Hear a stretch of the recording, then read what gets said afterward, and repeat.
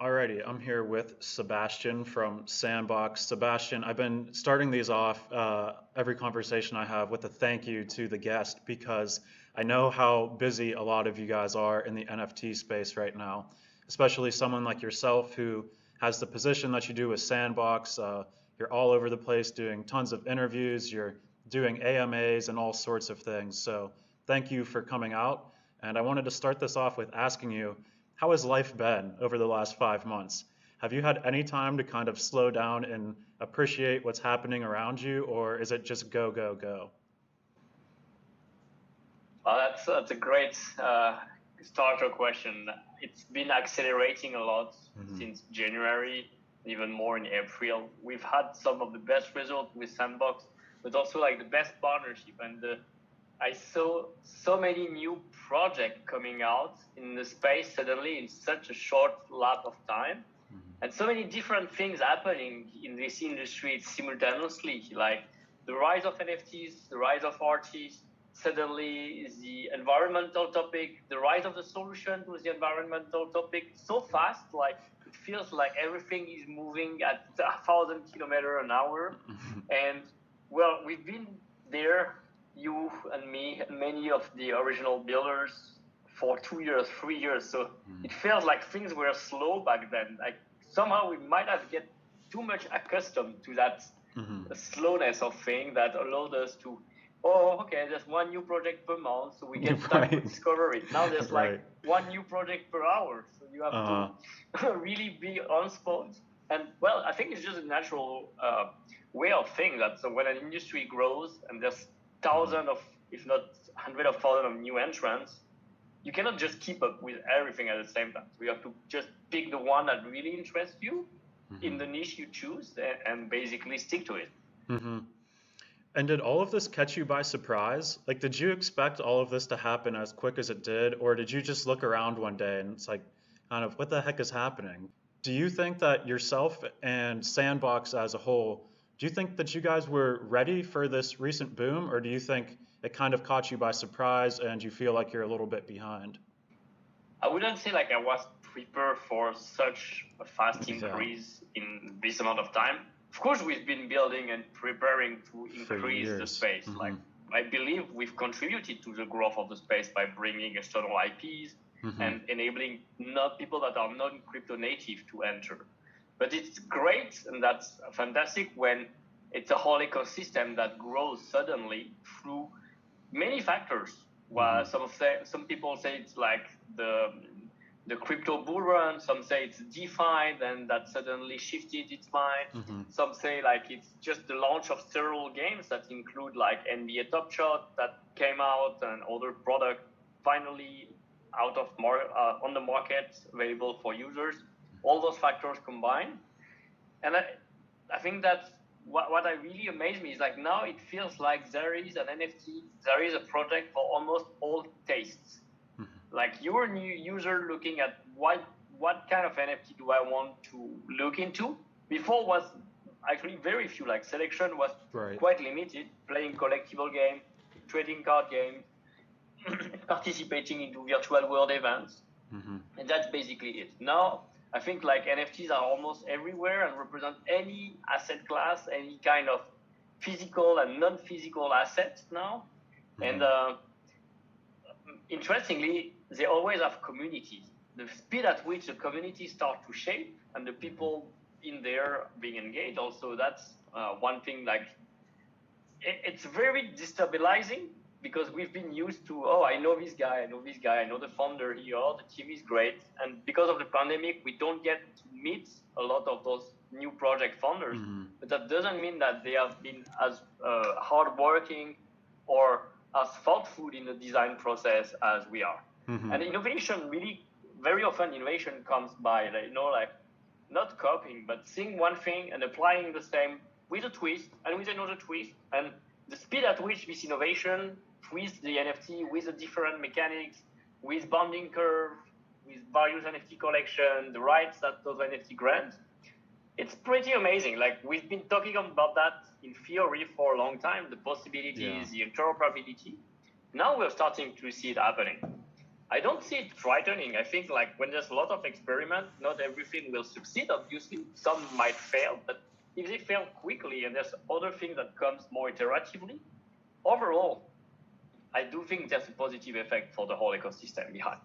Yeah, I think that's a great point about kind of there's something for everyone out there right now, right? And whenever people ask me how to get involved in the space, my advice to them is just look through all the stuff, find something that you already know about in real life that's non-crypto. So, like sticking with Top Shot or So Rare, for sports fans, it's perfect because you can come in, you understand the market already kind of, and it's just grasping the aspect of digital items, self-ownership, stuff like that.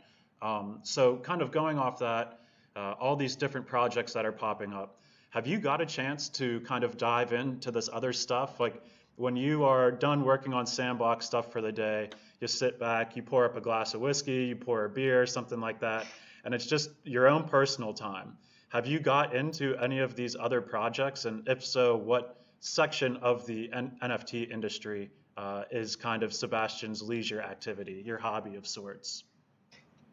But I've been very involved into the ecosystem as a whole because I'm also the president of the Blockchain Game Alliance. So that Hmm. allows me to network with a lot of those new projects. The BGA has become one of the leading spots for new projects to come and promote, showcase what they are doing. Hmm. Specifically, as I've been introducing some new event formats like demo days or various panels on specific topics.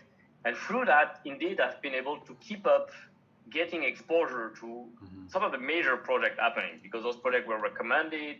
They could see their team, their support they had from the communities behind, and in a way that's been great for me to keep learning through the process of like what are the new people entering, which already are starting to think differently from Yeah. I would say the dinosaurs that we might Yeah. represent in the industry. Uh-huh. And I've seen the rise of DeFi gaming this year. I've seen NFT moving into many other chains. So definitely, I wouldn't say if you look for an NFT project, no one can say just look on Ethereum. Like Ethereum is a great blockchain, but there are now a lot of choice around many other blockchains that have matured or appeared and handle NFTs very well. And Hmm. I believe I've seen also the rise of DAOs and how DAOs started just with two people with this idea. Oh, let's get together to buy some more expensive NFTs. Into wow, now we are a large pool of users who share a common interest and are able to manage pretty large, substantial amount of funds to invest. But more like now, oh, we can also curate, we can kickstart new artists and so on. So it evolves so fast and reminds me a little bit of the first day of YouTube as a user-generated content platform, where there used only to be like video of cats and few fun videos, but Yeah. just 100,000 a day. And suddenly Hmm. it scaled so fast that you had to have people become curator and making summary of the funniest video you can find or help you discover based on the different topic. Hmm. I do see as well now like some clear influencers, people on Clubhouse as well that have been becoming those curators, those people who will be essentially trying to give you like the snapshot, the essence of what's the best thing to look at for you based on your different topic of interest, like you essentially said, is I do think the correct approach. Hmm. So, kind of touching on something you just said there about the different blockchains and stuff towards the beginning of your response, do you have a favorite substitute to Ethereum, or maybe it's not something that you use every day or that you see people using right now, but is there something other than Ethereum, a blockchain other than Ethereum that excites you most?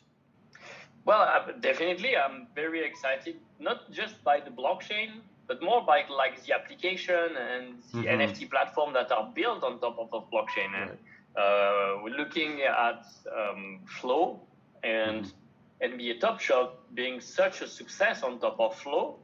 I think it's a great validation that it's not about the technology at the end of the day. It's more about like what value proposition, what cool stuff, fun stuff has been made, and that uh, users are ready to engage. And Hmm. we've also seen that when the product is right and people like it, they can grow really fast now. Like that's the big difference with before. I've seen that beside NBA Top Shot. I think I've seen like so project on Wax as well, if I'm correct. Alien Worlds, the DeFi game, has been the one with the largest number of users and wallets. I've seen My Neighbor Alice, which is built on Chromia blockchain as well. Some projects on Binance Smart Chain now are like really kicking ass and definitely offering more value, more speed, cheaper fees, and so on. But still, it's not just about that, because that might be a little showstopper. But if there's not the great thing behind, the fun thing behind that would make you want to use the product. So there have been catalysts, basically. Like the technology being more mature allowed greater depth to emerge, and that's the great thing. I think the word that you just used that's perfect is catalysts. Like there's been these different igniters in the space, and I think one of the main ones for some of the projects that you just mentioned, it's like accessibility, right?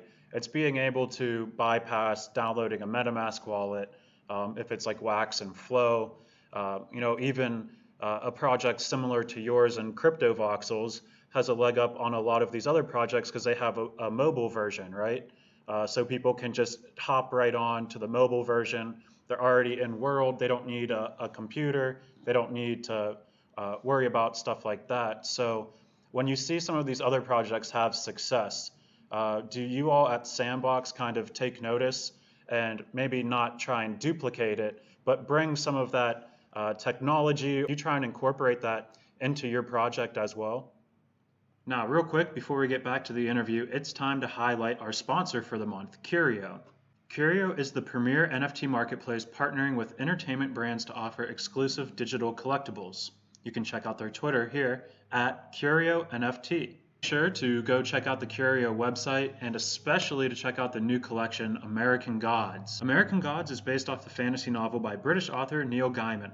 American Gods is unlike anything else on television. Epic in scope, ambitiously cinematic in style, exhilarating and provocative. It has redefined fantasy drama. Coming off a sellout of the original American Gods NFT collection, Curio is dropping Motel America, the second series of NFTs that celebrate our favorite and never released American Gods. You can collect the Motel America NFT collection on Curio.com. Now, let's get back to the episode. I think it would be hard to keep up with the speed of innovation around all those projects that are successful, but definitely back to the idea, like innovation is very often attached to looking at what works right here, right there, and trying to adapt it for your own.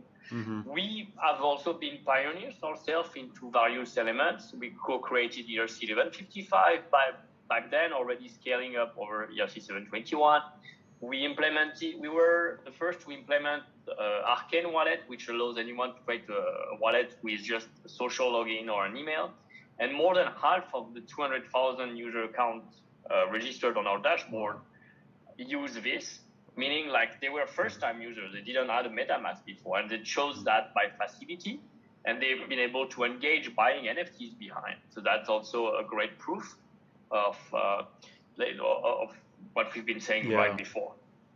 And it's another thing, like just innovators go so fast, like staking mechanism to earn NFTs or token based. Like I've seen a lot of innovation around other projects that we couldn't even implement as fast as we wish, but it's great at the end of the day because metaverse isn't supposed to be just one thing that combines them all. It's more like the multiplicity of things, and users could move their asset and their identity with their wallet across all those different dApps. You all have been innovators in this space. Over the last year, Sandbox has had different land sales. You've had different partnerships with the likes of Binance. You've launched your own marketplace. So you've had all of these advancements over the last year. Is there one that personally for you, like you're most proud of, or you were most excited to launch during this journey building Sandbox? But you've mentioned it. Basically, we're really proud of some choice we made with the land sale. And they were not easy choice. Like we were wondering, is it the right direction we're heading? The first one was to not sell 100% of the supply of land right away, like many other projects did, but to hold off do it progressively, and keep evolving and building the map with new partners on every new round. And that will keep going on until the end of December 2022. And I think just about 1 hour ago, we started to announce the next one with a new roster of very exciting partner, and now music artists to be announced and so on. That creates always novelty around it. Like, it's not like a project, it's been sold 2 years. So what if I was not here 2 years ago? Like, I missed it. I don't get any new chance to enter. What are my chances? So no, there's always opportunity for newcomers this way. Second thing was indeed to put a logo on the map as a reinforcement of the ownership. Yes, NFT means you own it in your wallet, but what does it mean psychologically to own something? It means, I can customize it, I can sign it if I want. That was unique and worked really well. And it worked even more well because now brands put their own logos and communities flocking around to be next to their favorite brands because they identify to them, they recognize them as landmarks of this new world. And who do you want to be? Who do you want to see into this new world? You do not want to see just the existing brand from the real world, even though they are important for the culture, they are important for user acquisition and several other strategies that we have in place.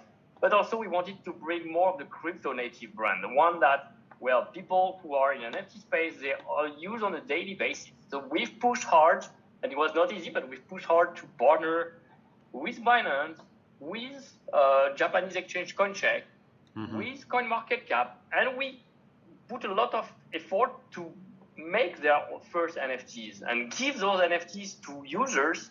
So they were also proud themselves to say, now we have our CoinMarketCap NFTs, and they are not just stickers or images that are going to slip somewhere. They are characters that people can play with, create story with, and always innovating behind on like how we introduce them via premium land, via a collection mechanism where if you assemble a certain set, you can claim another one, which actually was very good for like allowing users to experiment with trading NFTs among each other to assemble the right set.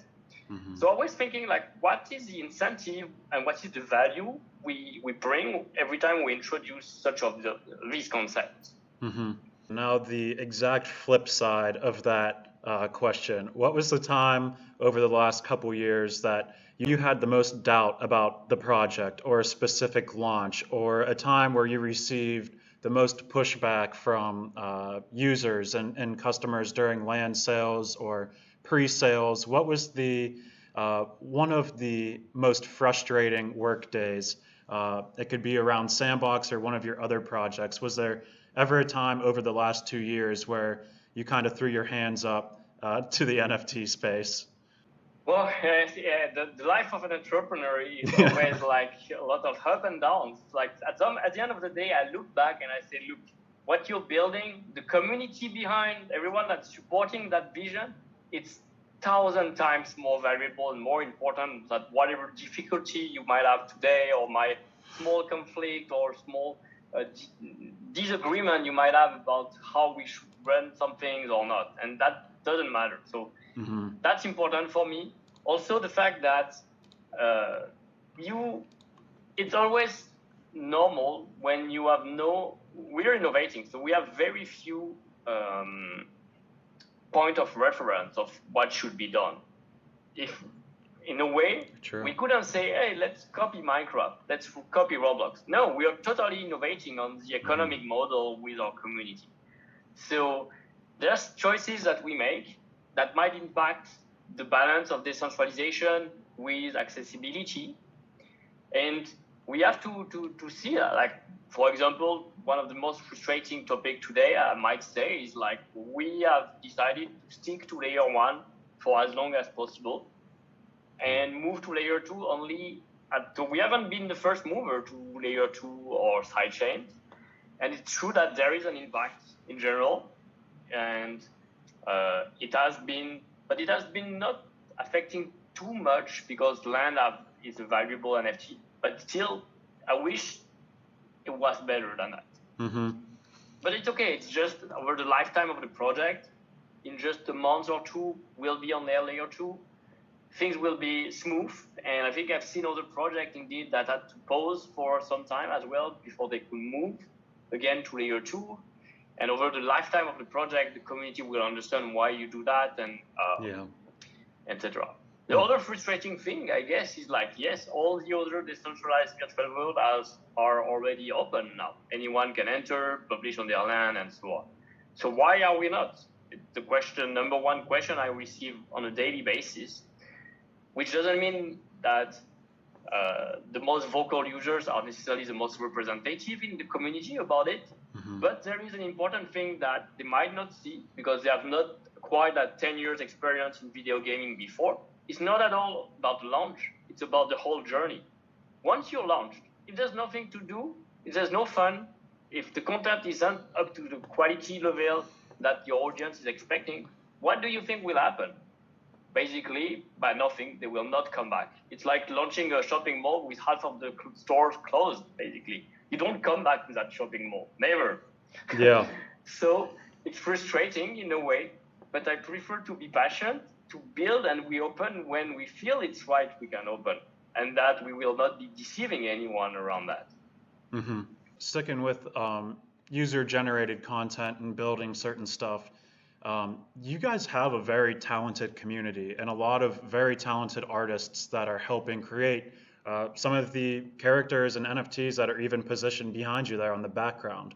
So has there been or I guess, do you have a favorite build or a favorite NFT or a land build, whatever it may be? Do you have a favorite user-generated piece of content from the Sandbox community? Yes, we are very thankful that our community is very creative. All the artists, the content they make, but also the game maker, what they submit during our game jam is just like, wow. Yeah. Every morning I wake up, my Twitter feed is filled with submission of what they did. It's just amazing. And it's thanks to the creation tool behind, providing powerful creation tools really emulates their creativity. My favorite piece, well, now that the marketplace is launched, I've been buying almost every single one of them. It's hard. But I do love the work that some artists that have been with us in the community for a long time. Camille Sauzet, Alex, he's been doing almost all the premium NFT in Sandbox, and the quality is always like top notch. They are animated, they are super cool, super representative. You want them, basically. Yeah, I think another thing that Sandbox did that was very helpful and impactful is the Twitch streams that the two guys would host. I'm blanking on their names. Sometimes you would hop in, and it was all like a how-to course on the builder and how to operate the builder and how people could use it to their advantage. And I mean, to me, it was the best. It was the best and most updated content that was out there to teach people how to build this stuff. Because just like you said, you know, what's the point of having a virtual world in all this land if there's not going to be anything on it? Or if the builds aren't going to push the technology, right? That's almost worse than having nothing, is having something that's so basic that's like, well, what's the point of having these self-hosted or self-ownership of this land and stuff if you're not going to push what you can do with it? Where do you think that Sandbox is positioned right now moving forward into the next like 2 to 5 years? Do you see your world being built up a lot more than it is right now? And also, do you see, is the plan for all of the land to have been sold by then? Or are you going to hold on to it for, over the span of maybe 5 years or so? All right. Well, we're really grateful to have Camille Sauzet and Joseph, which has been the two hosts of that stream, which have been entertaining you and educating you. It's been fantastic. They've been really assembling also like teachers, almost like how to use the tool. And it's a great feeling, like to be able to just see what you made and be proud of it. That's the most important feeling for a creator. Sometimes it's above the monetization aspect, the feeling of accomplishment, of having learned something new and putting it in practice. So they've been doing an amazing job streaming like twice a week on Wednesday and Saturdays, and they've been pushing as well to get more and more of those streamers. So now we have Panda Pop, we have Andy, and a few others, which try to cover either different languages, different product, or even segments. Like one is a 1 hour stream, one is just a 5 minute condensate on like, I will answer any of your questions. I'm the direct support, plus I teach you the basics, so you don't get lost. Mm-hmm. It's very important to educate your community, and that's why we've been pushing that effort. And I think we have 200 streams a month now from the community. I don't even produce anything. It's just made and run all by themselves. That's the beauty of UGC. Mm-hmm. About the mid to long-term vision about Sandbox next 3 to 5 years. So yes, we'll have sold all the lands normally. So there will be 100% in the hands of players by the end of 2022. We hope to continue being the most decentralized virtual world by then. Today, it's about 6,500 unique landowners, expecting 25,000 back then. And the vision, we are pushing more and more through some of the most recent collaboration and partnership we want to be seen as the open NFT metaverse, meaning like not only the NFT you make in Sandbox, you could use them anywhere else, not just with our game maker or our virtual world, but also essentially like any other NFT collection and cool NFTs that came from entrepreneur and other creators, artist projects. So let's take the CryptoPunks, the Meebits, Voxodeus, the Bored Ape Yacht Club, and a few others. If you own one of that NFT, within Sandbox, through something we call the NFT bridge, you will automatically have a representation of that NFT that you can use into Sandbox, virtual world, and game maker. So true interoperability in the NFT metaverse, like the original vision of the technology allowed, that will mean that people can play and interact with their NFTs, no matter where they are initially a static image, crypto art, a collectible card, a video, or so on. Mm-hmm. I find it really powerful as well, in a sense like interacting with your NFTs in new manner, going further than just displaying them for our gallery, which was the first possible application, already amazing, and moving into like, wow, now that CryptoPunk can becoming my avatar. It's my identity into a virtual world. But it could also become a vehicle into one other game, and so on. So it will increase the utility of all NFTs as a whole by giving them life and allowing users to interact with them in novel manner into virtual worlds. Mm-hmm. And how? So it's going to be a long effort. Don't take my word like it's coming tomorrow. I think it's more like the 3 to 5 years, but it starts already today through several big partnerships we're doing. Mm-hmm. So you heard it there first, folks. Full interoperability in Sandbox by next week. No. So how how high on your priority list does interoperability rank? Like, is that one of the most important things that you think there is to really have this thing called the metaverse? I mean, it's a very loose definition.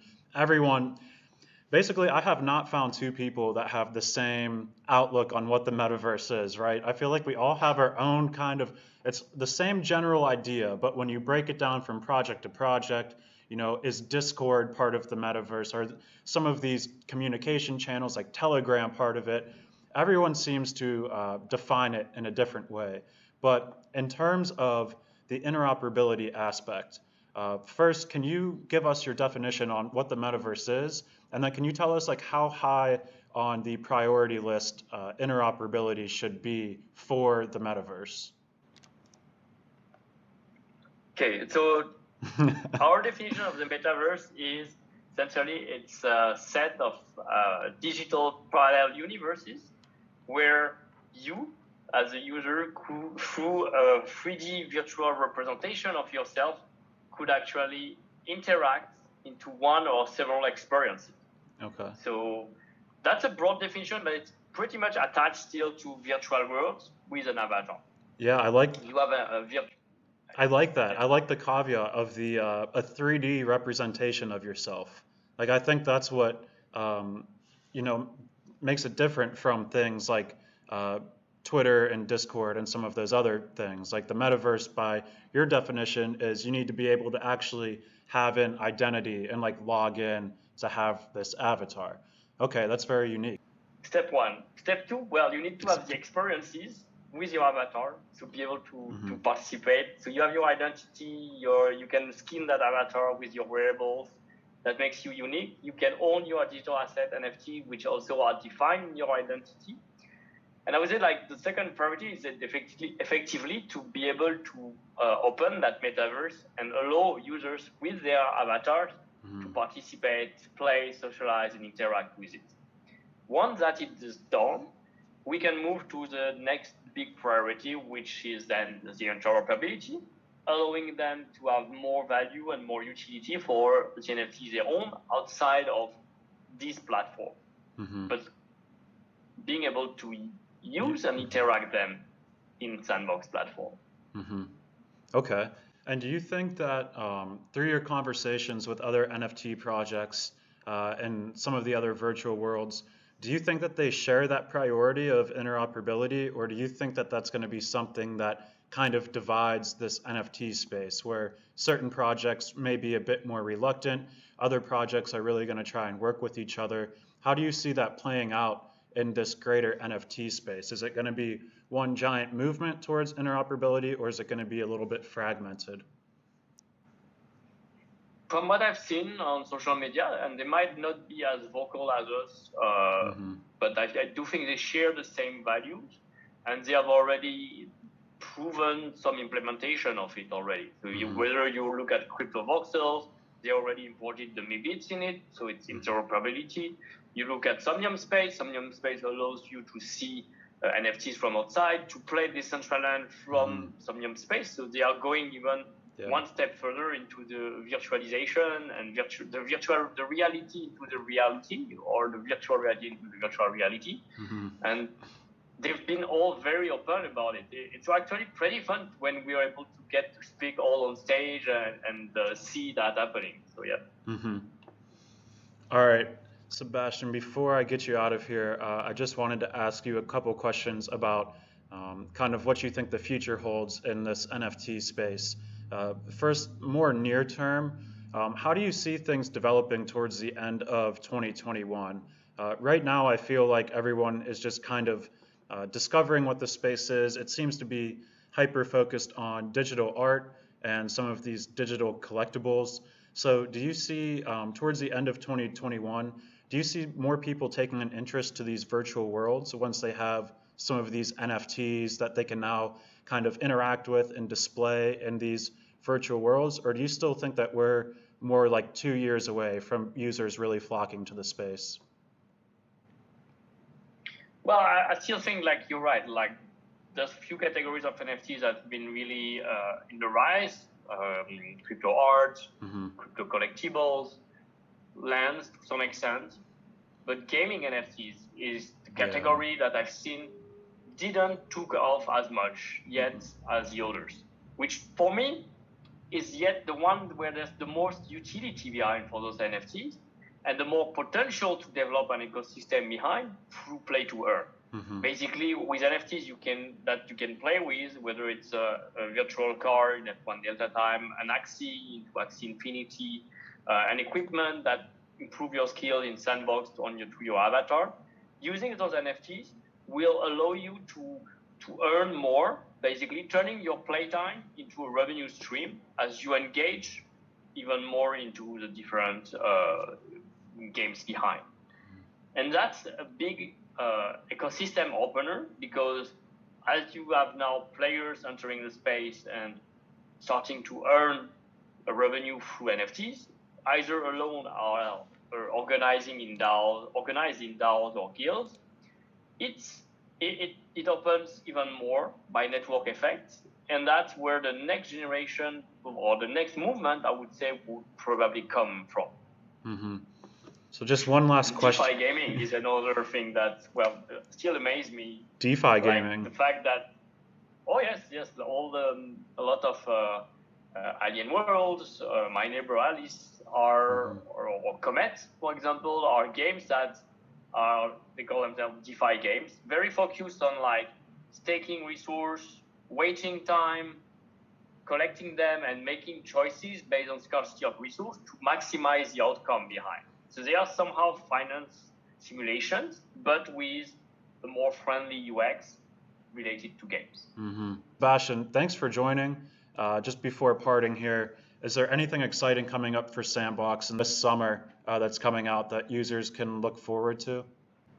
The opening of the social in Sandbox, it's like the launch of our main hub where users will be able to start with their avatar socializing with each other and potentially playing some levels, hopefully. So Nice. yeah, that's what we are aiming for. Yeah, and my main recommendation: don't just stop at hearing about NFT. Like, get an NFT, engage with an NFT. That's the best way to really understand something and get to like it. Awesome. Well, I think that's a great way to end. Parting advice from Sebastian: get an NFT and get active with it. That's perfect. Sebastian, thanks for taking the time to chat a little bit. I really enjoyed it, and I'm sure we'll be in touch in the future. Good luck with everything this year. Absolutely. Thank you so much. You do have a lovely weekend as well, and great end of the week.